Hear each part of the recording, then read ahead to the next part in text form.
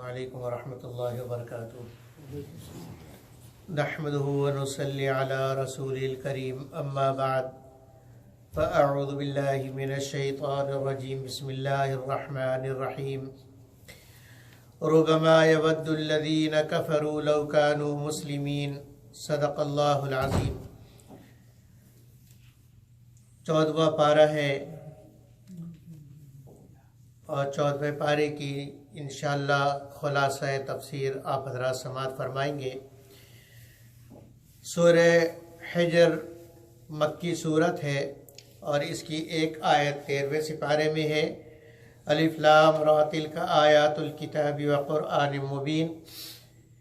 हुरूफ मुक़त्तआत में से अलिफ लाम रा और फिर आगे कुरान हकीम की अज़मत, तिल्क आयातुल किताब, ये किताब की आयतें हैं और वाज़े कुरान की आयतें हैं।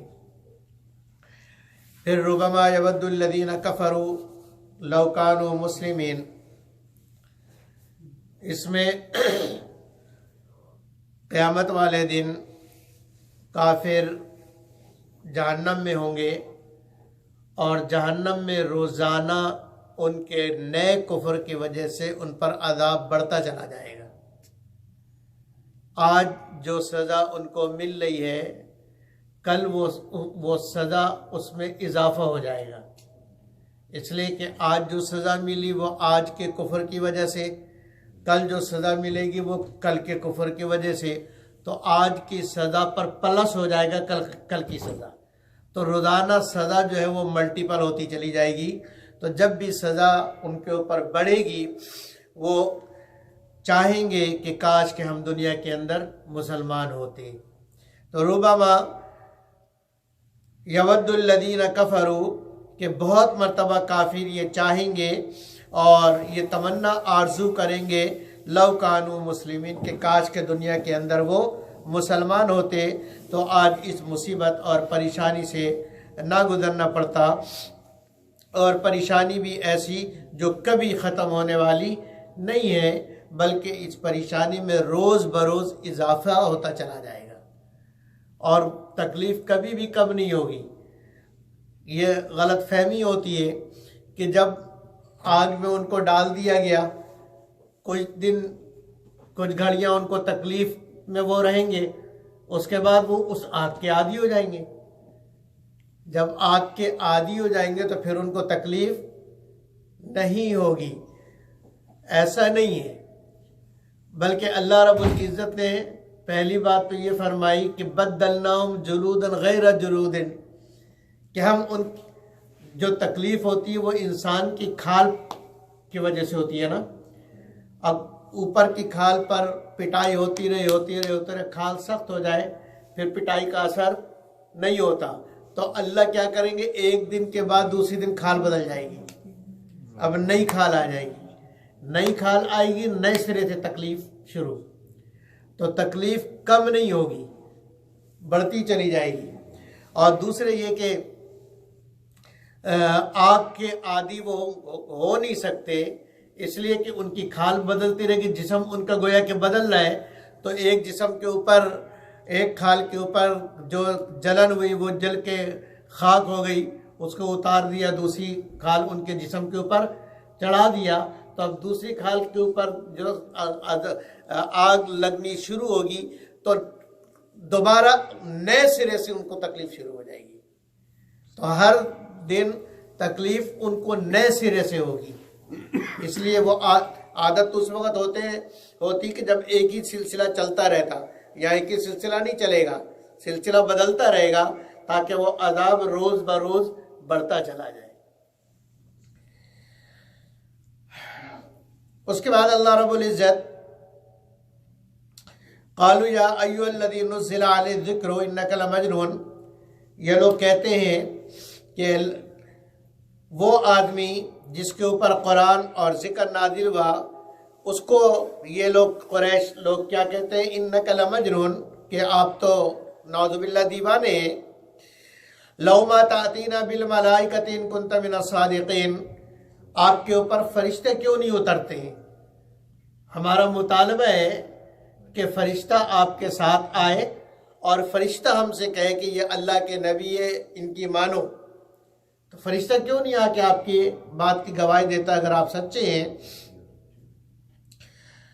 तो मा नुनज़्ज़िलुल मलाइकता इल्ला बिल हक़ व मा कानू इज़ा मुनज़रीन इन्ना नहनु नज़्ज़लना ज़िक्रा व इन्ना लहू लहाफ़िज़ून। आगे अल्लाह रब्बुल इज़्ज़त वादा फरमा रहे कि हमने इस ज़िक्र को, इस कुरान को हमने नाजिल किया है, व इन्ना लहू लहाफ़िज़ून, और हम ही इसकी हिफाजत करेंगे। तौरात, ज़बूर, इंजील, मसाहिफ, सहीफ़े जितने भी हैं वो सब अल्लाह रब्बुल इज़्ज़त की तरफ से नाजिल करता है। लेकिन इस वक्त दुनिया के अंदर ना तौरात, ना इंजील, ना ज़बूर, ना सहाइफ अपनी असली हालत में महफूज है। ठीक है, जो इस वक्त मौजूद है इसके बारे में भी नहीं कहा जा सकता कि ये वही है या इसमें वो बातें हैं जो अल्लाह ने नाजिल की थी। कोई गारंटी उसकी नहीं है, कोई गारंटी नहीं है। यही वजह है कि इनके यहाँ एडिशन बदलते रहते हैं और जो ऑथर है वो बदलता रहता है। गोया कि तौरात अल्लाह की किताब नहीं है, इनके ऑथर की किताब है, क्यों? तो वो बदलते रहते हैं। कुरान एक ऐसी किताब है कि जिसको अल्लाह ने नाजिल किया और इसकी हिफाजत की जिम्मेदारी मुसलमानों पर नहीं डाली, यहूदियों पे डाली। खुज़ू बिक़ुव्वा, क़ुव्वत से पकड़ो और इसकी हिफाजत करो। लेकिन मुसलमानों पर कि कुरान को लो और उसकी हिफाजत करो, मुसलमानों से ये मुतालबा अल्लाह ने नहीं किया। अल्लाह ने कहा हमने उतारा, हम खुद हिफाजत करेंगे। तो इसकी हिफाजत की जिम्मेदारी अल्लाह ने खुद अपने ऊपर ली, किसी के ऊपर, किसी इंसान पर इसकी जिम्मेदारी नहीं डाली। अब अल्लाह की हिफाजत का अपना निज़ाम है कि अल्लाह किस तरह हिफाजत करते हैं। अल्लाह रब्बुल इज़्ज़त ने सबसे बड़ा ज़रिया कुरान की हिफाजत का इंसान के सीनों को बनाया कि सबसे बड़ा ज़रिया। दुनिया में लाखों नहीं करोड़ों हाफिज मौजूद है जिनके सीने में अल्हम्दु से लेके वन्नास तक महफूज है। तो हिफाजत का निज़ाम इतना मजबूत है जो किसी कंप्यूटर के डिलीट करने से भी डिलीट नहीं होता। अगर किसी कंप्यूटर में महफूज होता कि भाई ये मशीन है, कंप्यूटर, ठीक है, मदर कंप्यूटर है और इसके अंदर कुरान महफूज है, तो उसमें तो किसी वक्त भी, वो मेरा भाई कहता है किसी वक्त भी कीड़ा घुस सकता है। वही क्या कहते हैं उसको, वायरस कीड़ा ही होता है ना। तो वो एक कीड़ा कंप्यूटर में जाएगा और उसका सत्यानाश, सारा उसके अंदर जो है वो सब डिलीट, सब करप्ट हो जाएगा। तो अल्लाह ने किसी मशीन पर नहीं डाली, इंसान पर और इंसान के दिल को इस्तेमाल किया कि जिसके अंदर से चीज़ डिलीट हो ही नहीं सकती। एक के अंदर से होगी, दो में से होगी, 20 से होगी, 30 से होगी, 1000 से होगी, लाख से होगी, डिलीट नहीं होती, भूल जाता है और चंद बार पढ़े तो फिर याद हो जाता है, रिकैप हो जाता है। ऐसा नहीं कि वो जो भूल गया बस अब ख़त्म हो। एक हाफिज पूरे साल नहीं पढ़ते, लेकिन रमज़ानों में 4-5 बार पढ़ते हैं, मंजिल सुनाते। तो अल्लाह रब्बुल इज़्ज़त ने सीने को इस्तेमाल किया, इसलिए ये कुरान महफूज है, इसलिए कुरान महफूज है। सिर्फ किताबत पर कि किताबत कर ली जाए और इसको लाइब्रेरी में रख दिया जाए, सिर्फ इसको नहीं, कंप्यूटर को, सिर्फ कंप्यूटर को नहीं, किसी भी ज़रिए को, किसी एक ज़रिए को इसके लिए इस्तेमाल नहीं किया गया, बल्कि अल्लाह ने सबको इस्तेमाल किया कि कंप्यूटर में भी महफूज रखो लेकिन सीने में महफूज रखो। और फिर सीने में हिफाजत के लिए अल्लाह ने इसको सवाब का काम बना दिया ताकि शौक़ पैदा हो। इंसान जो चीज़ शौक़ से याद करता है वो चीज़ उसको याद हो जाती है, और जो शौक़ से नहीं करता, डंडे से उसको याद नहीं होती।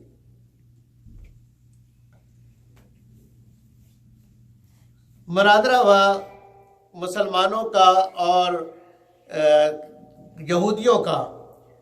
यहूदियों ने कहा कि जी आप कैसे कहते हो कि हमारे जो तौरात है वो असली सूरत में नहीं है, हमारा मानना ये है, हमारा अकीदा ये है कि ठीक है, आप मुसलमानों का इल्ज़ाम ठीक है कि इसके अंदर तुमने अपनी तरफ से बहुत सारी मिलावटें कर ली, और एक ज़माना ऐसा था कि उसके कई नुस्खे थे और हर नुस्खा एक दूसरे से अलग था। तौरात के दुनिया के अंदर बहुत सारे नुस्खे आ गए थे मार्केट में, और उनमें से हर नुस्खा दूसरे नुस्खे से क्या था, अलग था। तो अब ये कैसे आदमी माने कि इसमें से कौन सी असल तौरात है, कौन सी तौरात असल है, इसकी तस्दीक कैसे हो? कह लगा हाँ, लेकिन फिर उसके लिए हमारे पादरियों ने तस्दीक की। मुसलमान मुनादिर ने पूछा, शाह वलीउल्लाह रहमतुल्लाह अलैह गालिबन थे, उन्होंने पूछा कि किस तरीके से तुम्हें मालूम हुआ? अब उनका अकीदा है कि 4 तौरात सही है, बाकी सारी गलत थी। 4 तौरात, 4 नुस्खे ठीक थे, बाकी सारे गलत थे। तो पूछा कि तुम्हें कैसे मालूम हुआ कि ये 4 ठीक है? अल्लाह ने बताया आके, फरिश्ते ने बताया तुमसे कि ये 4 ठीक है, बाकी सब गलत है। मार्केट में तो 100-150 नुस्खे थे। तो यहूदी पादरी ने कहा कि असल में फिर हुआ ये कि हमारे पूरी दुनिया के पादरी बड़े बड़े पोप जमा हुए, और हमने ये फैसला किया मुश्तरका तौर पर, और ये फैसला किया कि जितने नुस्खे अलग अलग हैं वो सारे नुस्खे एक जगह जमा करते हैं, और उन सारे नुस्खों को एक बड़ा कमरा बनाते हैं। कमरे में तख्त के ऊपर सारे नुस्खे रखते हैं, जितने भी हैं सारे नुस्खे तख्त के ऊपर। उसके बाद हम सारे मिलकर दुआ करेंगे कि इन इतने सारे तौरात में से जो तौरात हक है वो तख्त पे रहे, और बाकी नीचे खुद ब खुद गिर जाए। बाकी क्या हो जाए? खुद नीचे गिर जाए। ये हमने दुआ की सारे पादरियों ने, और दुआ करने के बाद बाहर से ताला लगाकर हम सारे अपने अपने घर चले गए। अगले दिन सुबह आकर हमने देखा और सबके सामने ताला खोला गया। ताला जब सारे अंदर गए तो ये 4 नुस्खे तख्त के ऊपर रखे हुए थे, बाकी सारे के सारे नीचे गिरे हुए थे। तो जितने तौरात के नुस्खे नीचे गिरे हुए थे, हमने समझ लिया कि ये खुदाई तौरात नहीं है, हमने उसे नजर आतिश कर दिया। और जो 4 ऊपर रखे हुए थे, इसका मतलब ये था कि वो अल्लाह की तरफ से है, लिहाजा उसको हमने बाकी रखा। ये सबूत कि ये 4 नुस्खे ठीक है। 4 नुस्खे क्या है? ठीक है। तो मुसलमान मुनादिर ने कहा कि तुम्हारी बात हम मान लेंगे, पहले ये बताओ कि उस रात उस कमरे की चाबी किसके पास थी? उस रात उस कमरे की चाबी किसके पास थी? पहले तो ये साबित करो कि चाबी किसके पास थी, फिर उसके बाद ये, अगर ये तुम्हें मालूम हो जाए, आज तक वो ये साबित नहीं कर सके कि उस रात चाबी किसके पास थी, उस रात चाबी, तो ये तो पहले ही मशकूक हो गया ना कि चाबी तो खोल के सबको नीचे गिरा दिया, 4 को अंदर रख दिया, 4 को तख्त पे छोड़ दिया, बाकी सबको नीचे फेंक दिया। तो उसी ने फेंका जिसके पास चाबी थी। तो तुम्हें ही नहीं पता कि चाबी किसके पास थी, या आज तक तुम्हारी तारीख खामोश है इस बात से कि तुम वो चाबी किसके पास थी। और फिर अगर चाबी वाला मिल भी जाए तो वो सच्चा था कि झूठा था, ये साबित करना आगे तो बहुत बड़ी लंबी चौड़ी कहानी है। वो तो पहले सवाल पे ही फंस गए कि चाबी किसके पास थी। आज तक ना वो ये साबित कर सके और ना तौरात के को हक व मिन जानिबिल्लाह होना साबित कर सके, और ना क़यामत तक साबित कर सकेंगे। और हम कहते हैं हमारा कुरान बिल्कुल वैसे ही है जैसे नादिल हुआ, इसलिए कि जो नादिल करने वाले ने अल्लाह है, नादिल करने वाले अल्लाह है, और अल्लाह कह रहे हैं वइन्ना लहु लहाफ़िज़ून, कि हम खुद इसकी हिफाजत करेंगे, तुम्हें परेशान होने की जरूरत नहीं है।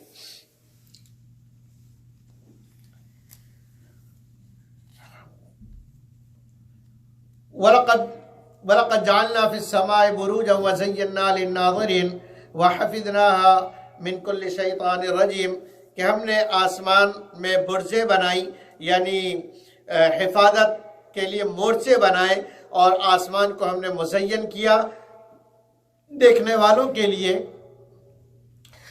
और शैतान से हमने हिफाजत की, यानी ऊपर से शैतान हज़रत सल्लल्लाहु अलैहि वसल्लम के तशरीफ़ लाने से पहले आसमानों पे जाता था, आसमानों पे जाता था, और वहाँ अल्लाह की तरफ से फैसला जो आता था, फरिश्ते आपस में बात करते थे कि फ़लाँ बस्ती में ये करना है, फ़लाँ बस्ती में ये करना है, फ़लाँ के साथ ये करना है, फ़लाँ के ऊपर बीमारी लानी है, फ़लाँ की जो है वो रोज़ी खोलनी है, फ़लाँ सारी चीज़ें आपस में मुज़ाकरा करते थे, और फिर फरिश्ते अपने अपने काम पर निकलते थे।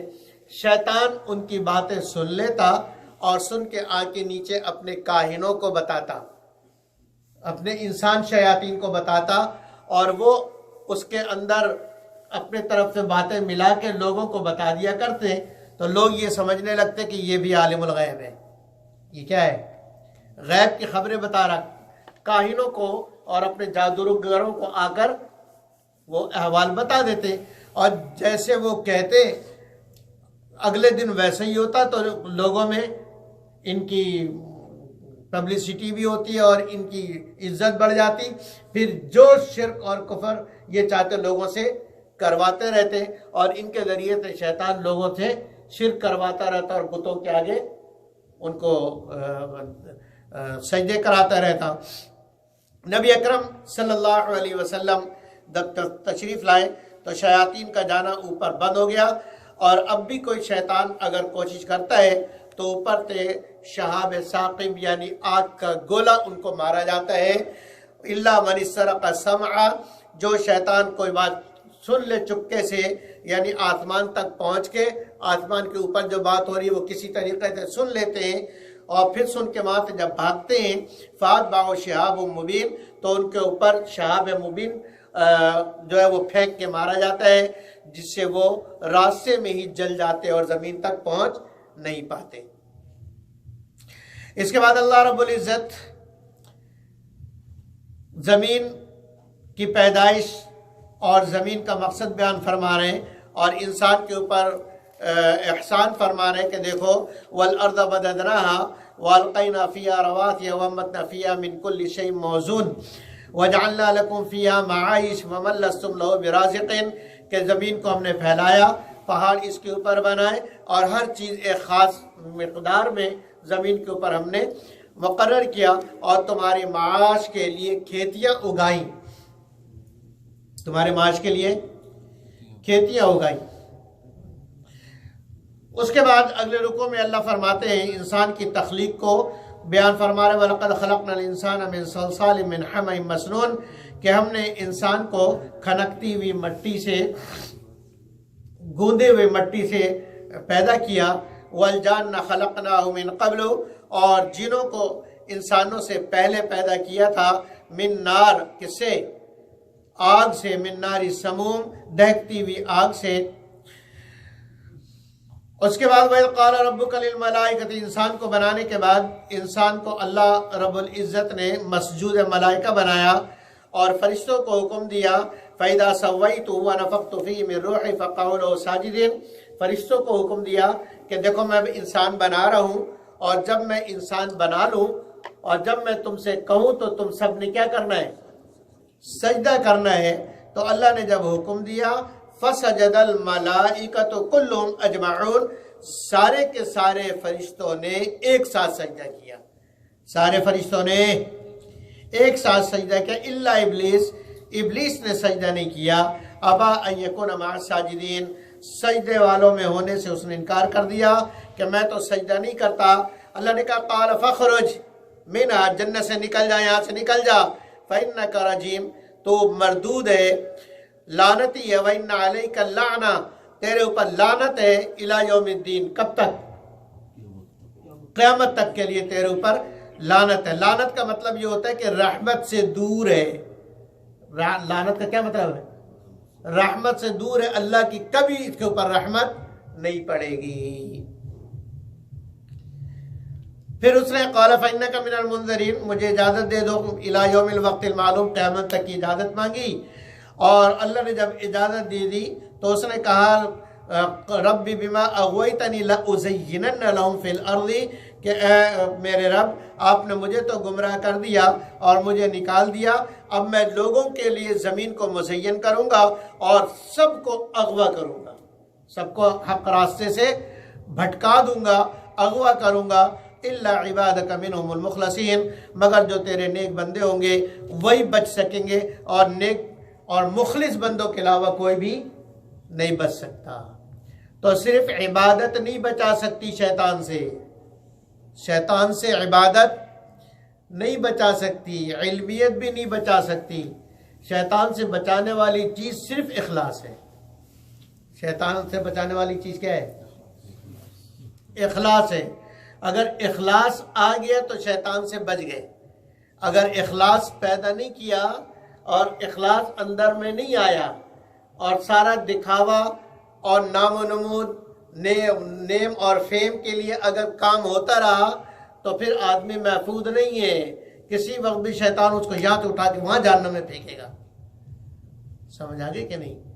किसी लम्हे भी शैतान जन्नत से उठा के जहन्नम में फेंकेगा। तो सिर्फ शैतान ने कहा कि जो मुखलिस बंदे होंगे उनके ऊपर मेरा बस नहीं चलेगा, बाकी सबको मैं पकड़ूंगा। फिर आगे अल्लाह रब्बुल इज़्ज़त ने फरमाया कि वइन्न जहन्नम लमौइदुहुम अजमईन, कि सबको जहन्नम में मैं भर दूंगा और सबके लिए जन्नत जहन्नम का वादा है। जहन्नम के 7 दरवाजे, लहा सबअतु अबवाब, 7 दरवाजे हैं और हर दरवाजे तकसीम है, यानी एक दरवाज़ा मशरिक़ से मगरिब तक इतना बड़ा दरवाज़ा है। ये जहन्नम वालों के लिए और जन्नत वालों के लिए फरमाया इन्नल मुत्तक़ीन फ़ी जन्नाति व उयून, के जन्नत वाले लोग मुत्तक़ी लोग बागात के अंदर होंगे और चश्मे जारी होंगे, और उनसे कहा जाएगा उदखुलूहा बिसलामिन आमिनीन, कि जन्नत के अंदर दाखिल हो जाओ मुतमईन और इत्मीनान के साथ। और दुनिया के अंदर आपस में जो लड़ाई झगड़े होते थे ना, तो कहा कि जन्नत के अंदर ये लड़ाई झगड़े होंगे नहीं होंगे। व नज़अना मा फी सुदूरिम मिन गिल, जन्नत के अंदर हम दिलों से हसद, कीना, बुग़्ज़, एक दूसरे की दुश्मनी का जज्बा सब दिलों से निकाल देंगे और सारे एक दूसरे से प्यार करने वाले होंगे।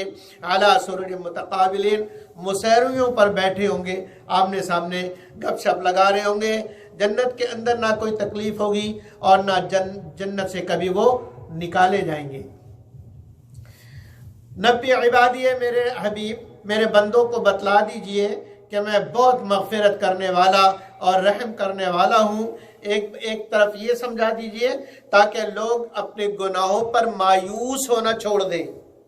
लोग अपने गुनाहों पर मायूस होना छोड़ दें, इसलिए कि जब आदमी को ये मालूम होगा कि हो मैंने तो ये जुर्म किए, ये जुर्म किए, ये जुर्म किए, ये जुर्म किया, अब इन सारे जुर्मों की लाखों करोड़ों साल तो सज़ा बन गई, लाखों करोड़ों साल की जहन्नम बन गई। एक नमाज जानबूझ के छोड़ा, कितने साल जहन्नम में? 2,88,00,000 साल हैं। जिसने 5 नमाजें छोड़ी, 2,88,00,000 को ज़रब दे दो 5 से। जिसने महीने की छोड़ी, जिसने साल की छोड़ी, जिसने ज़िंदगी में पढ़ी ही नहीं, तो अब जब उसके सामने ये अजाब और ये सज़ा आएगा तो वो मायूस हो जाएगा कि बस अब तो बेकार है मेरे लिए कि मैं इबादत करूं, और बेकार, जब इतने लाखों करोड़ों अरबों खरबों साल तो मुझे जहन्नम में जलना ही है, तो मुझे क्या करूं, बस छोड़ो, जितने दिन बचे हैं बस इसको भी ऐश और अय्याशी के अंदर गुजार दो, क्योंकि आगे तो सदा ही मैंने भुगतनी है। तो इसलिए अल्लाह ने कहा कि इनको बता दो कि मैं बहुत मग़फ़िरत करने वाला हूँ, ताकि अपने गुनाहों पर ये मायूस ना हो, अपने गुनाहों पर मायूस ना हो। जब इनको मालूम होगा कि मेरा रब मग़फ़िरत करने वाला, रहम करने वाला है, तो अब इतने ज़्यादा गुनाह के बावजूद भी मायूस नहीं होंगे और उनको उम्मीद होगी कि मुझे मेरा रब माफ़ कर देगा, मुझे मेरा रब माफ़ कर देगा। लेकिन आगे ऐसा भी ना हो कि तुम इतने जरी हो जाओ कि अल्लाह तो बड़ा रहीम है, जो मर्जी आए करते रहो, उसने माफ कर देना है, हैं? जो मर्जी आए करते रहो, वो तो बड़ा गफूर रहीम है। लोग कहते हैं ना, अरे कोई नहीं जी, वो मतलब अल्लाह बड़ा गफूर रहीम है, यानी जो मर्जी आए करते रहो, तुम्हें अदाब नहीं होगा, अल्लाह बड़ा गफूर रहीम है। इसलिए आगे ही अल्लाह ने कहा जरी ना होना, व इन्ना अदाबी हुवल अदाबुल अलीम, मेरा अदाब फिर बहुत सख्त है। मेरा अजाब, अगर अब गुनाहों पर जरी हो जाओगे ये सोच कर कि मैं रहीम हूँ और गफूर हूँ, तो ये भी समझ लो मेरे पास अजाब भी बड़ा सख्त है। सिर्फ एक चीज मत देखो, दूसरी चीज भी है, अपने गुनाहों से मायूस ना हो इसलिए कि मैं गफूर रहीम हूँ, और अपने गुनाहों पे जरी ना हो इसलिए कि मेरा अजाब बड़ा सख्त है। समझ आ गई कि नहीं? जब ये दोनों चीजें आदमी के सामने रहेगा तो बैलेंस चलेगा। कैसे चलेगा? बैलेंस चलेगा। आगे वनबी ज़ैफ़ इब्राहिम, इब्राहिम अलैहिस्सलाम के यहाँ जो दो फरिश्ते आए थे मेहमान बनकर खूबसूरत लड़कों की शक्ल में, उनका वाक़या और जो उन्होंने वो वाक़या आप सुन चुके हैं कल परसों के दर्स में वो सुन चुके तफसील से, तो तफसील में जाने की ज़रूरत नहीं। वो फिर फरिश्ते कौम लूत के पास गए, लूत अलैहिस्सलाम की बस्ती में, और वहाँ जाकर फिर उन पर अल्लाह की तरफ से जो आदाब था वो आदाब नाजिल किया। वलक़द कज़्ज़ब अस्हाबुल हिज्र मुरसलीन, हिज्र पत्थर वाले लोग मुराद कौम आद है। कौन सी कौम मुराद है? कौम आद, वैला आदिन कौम सालेह, वैला अख़ाउम वैला समूद अख़ाउम सालिहा। हज़रत सालेह अलैहिस्सलाम को कौम समूद के पास अल्लाह ने भेजा था। यहाँ उस कौम के बारे में बता रहे कि जब उन्होंने नहीं मानी, और वो कौम कैसी थी, वकानु यनहितून मिनल जिबाली बुयूतन आमिनीन, कि वो पहाड़ों के अंदर घर तराशते थे। वो ईंटों के घर नहीं बनाते थे, पहाड़ों को अंदर से काट के कमरे बनाते थे, और बाकायदा क्रॉस वेंटिलेशन का इंतज़ाम, सारी चीज़ों का इंतज़ाम पहाड़ को काट के बनाते थे। आगे अल्लाह फरमाते वलक़द आतैनाका सबअम मिनल मथानी वल क़ुरआनिल अज़ीम, हमने आपको दिया मेरे महबूब सबअम मिनल मथानी, 7 आयतों वाली वो सूरत, मथानी जो बार बार पढ़ी जाती है, बार बार पढ़ी जाने वाली सूरत। मुराद इससे सूरह फातिहा है कि महबूब हमने आपको सूरह फातिहा अता की, व क़ुरआनिल अज़ीम, और क़ुरान अज़ीम अता किया।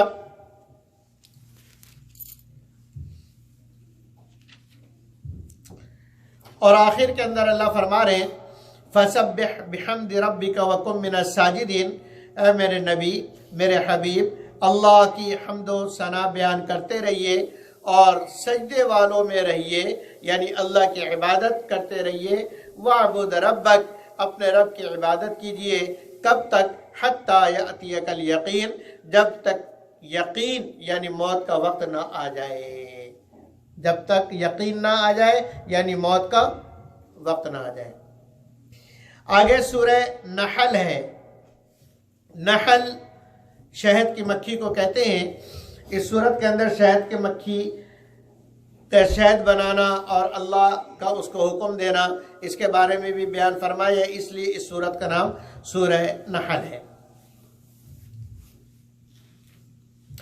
इस सूरत के शुरू में अल्लाह रब्बुल इज़्ज़त ने आसमान और ज़मीन की तख्लीक को बयान किया, इंसानों की तख्लीक को बयान किया, और इंसान के लिए जो नेमतें अल्लाह ने पैदा की हैं उन नेमतों को बयान किए हैं।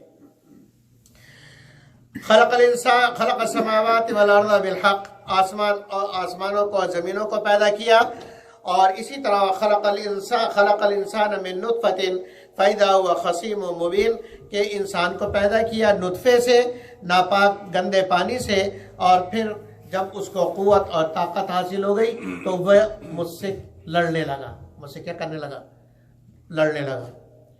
नेमतें और हालांकि हमने उसको कितनी नेमतें दी हैं। वल अनआम खलक़हा लकुम, हमने चौपाए तुम्हारे लिए बनाए, चौपायों में ऊन तुम्हारे लिए रखा, नफ़े की चीज़ें तुम्हारे लिए रखी।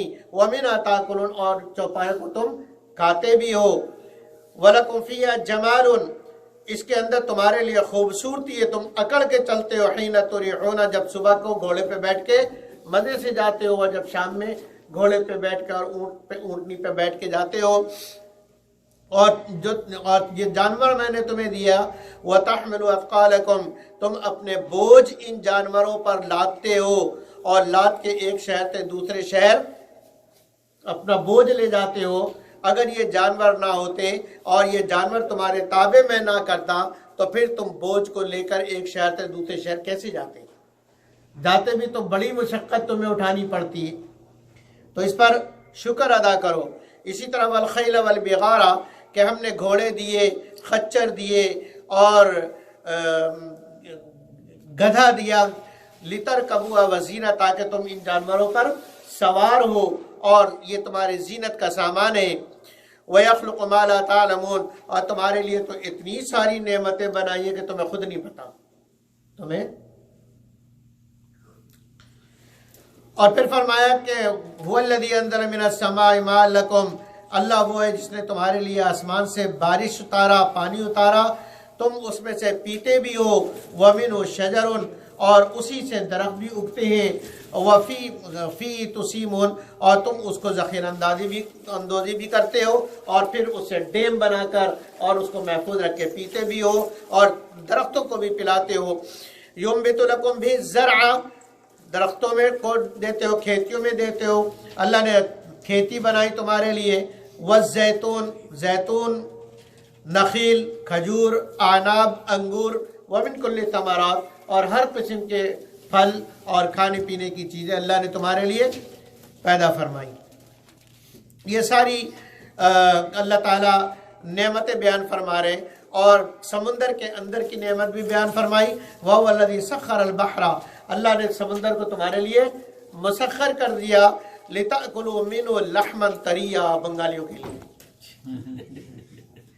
लिताकुलू मिन्हु लहमन तरिया, ताकि तुम इसमें से मज़ेदार गोश्त खाओ, मछली खाओ। व तस्तख़रिजून मिन्हु हिलियतन, और तुम इससे जेवरात निकालो, हीरे मोती निकालो। तलबिसूना, जिसको तुम पहनते हो।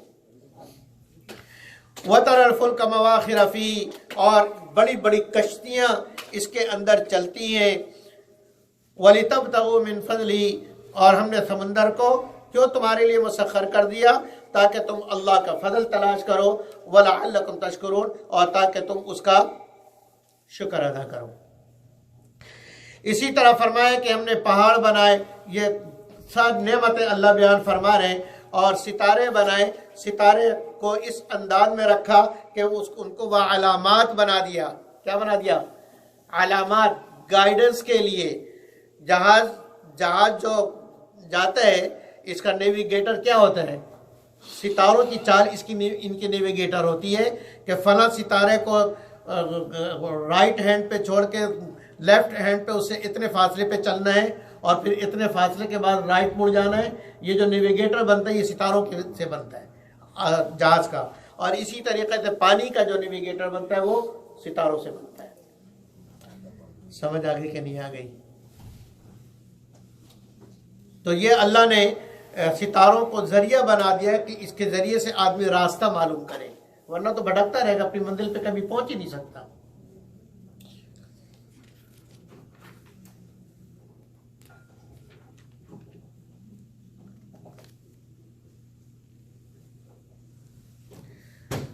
अल्लाह अकबर। आगे जन्नत की कुछ नेमतों को जिक्र किया ईमान वालों के लिए। उसके बाद आगे अल्लाह बयान फरमा रहे, व इन्ना लकुम फिल अनआम लइब्रा, कि तुम्हारे लिए चौपाए में भी इबरत का सामान है। देखते नहीं गाय को, भैंस को, ऊँटनी को, बकरी को। नुस्क़ीकुम मिम्मा फी बुतूनी बैन फर्थियुं व दमिन, तुम ऊँट और भैंस वगैरह को देखते नहीं कि उनके पेट के अंदर एक नाली चल रही है गोबर की, एक पाइपलाइन चल रही किसकी? गोबर की, नापाक, गोबर नापाक के पाक, गोबर नापाक। दूसरी लाइन चल रही है खून की, खून पाक के नापाक। इन दोनों नापाक नालियों के दरमियान से अल्लाह चला रहा है लबनन खालिसन, खालिस दूध की नहर, खालिस दूध की नहर अल्लाह चला रहे। ना पकाने की बदबू दूध में आ रही है, ना खून का रंग दूध में आ रहा है, दूध खालिस होकर जो है वो निकल रहा है। और बैना फर्जी व बदनी नालियां मिली हुई है, गोबर की नाली और क्या नाम है खून की नाली मिली हुई है, दोनों नालियों के दरमियान दूध की नाली। तो अल्लाह फरमा रहे कि इसमें तुम्हारे लिए इबरत है। नुस्क़ीकुम मिम्मा फ़ी बुतूनिही, कि हमने जानवरों के पेट से तुम्हें निकाल के पिलाया, मिन बैनि फ़र्सिन व दबिन, गोबर और खून के दरमियान, लबनन दूध, कैसा दूध? खालिसन, कैसा दूध? खालिसन, कोई उसके अंदर मिलावट नहीं। साइगल लिश्शारिबीन, जो पीने वालों को बड़ा मजा आता है, पीने वालों के लिए। आगे फरमा रहे वमिन समरातिन नखीली, और देखो हमने खजूर से और अंगूर से कैसे तुम्हें पीने की चीज दी और खाने की चीज दी। आगे अल्लाह के बता रहे वअौहा रब्बुका इला नहली, कि हमने वही की, यानी वही का मतलब तरीका बताना, कि हमने तरीका बतलाया इसको, किसको? शहद की मक्खी को। मेरे तरफ देखो भाई, शहद की मक्खी को हमने तरीका बताया, अनित्तखिदी मिनल जिबाल बुयूतन, के शहद की मक्खी को हमने बताया कि दरख्तों में अपना घर बनाओ, व मिन शजर, और पहाड़ों पर अपना घर बनाओ। तो ऊँट की जो मक्खी होती है, ऊँट की मक्खी कह रहा हूँ, शहद की जो मक्खी है ये ऊंचे ऊंचे दरख्तों पर अपना क्या घर बनाती है, और पहाड़ों के ऊपर। और फिर ये सारा अल्लाह बतलाते कि ऐसे से करना है। ऊँट, ये मक्खी के, शहद की मक्खी के घर का जो डिज़ाइन है, वो डिज़ाइन इंसान इंजीनियर भी नहीं बना सकते। ऐसा डिज़ाइन वो करते हैं कि उनके जो खाने होते हैं, 5 कोने वाले खाने होते हैं, और सैकड़ों खाने एक छत्ते के अंदर होते, और हर खाने का साइज माइक्रोमीटर का भी फर्क नहीं होता है। समझ आ गई? तो कैसी जबरदस्त, इससे बड़ी इंजीनियर है कोई?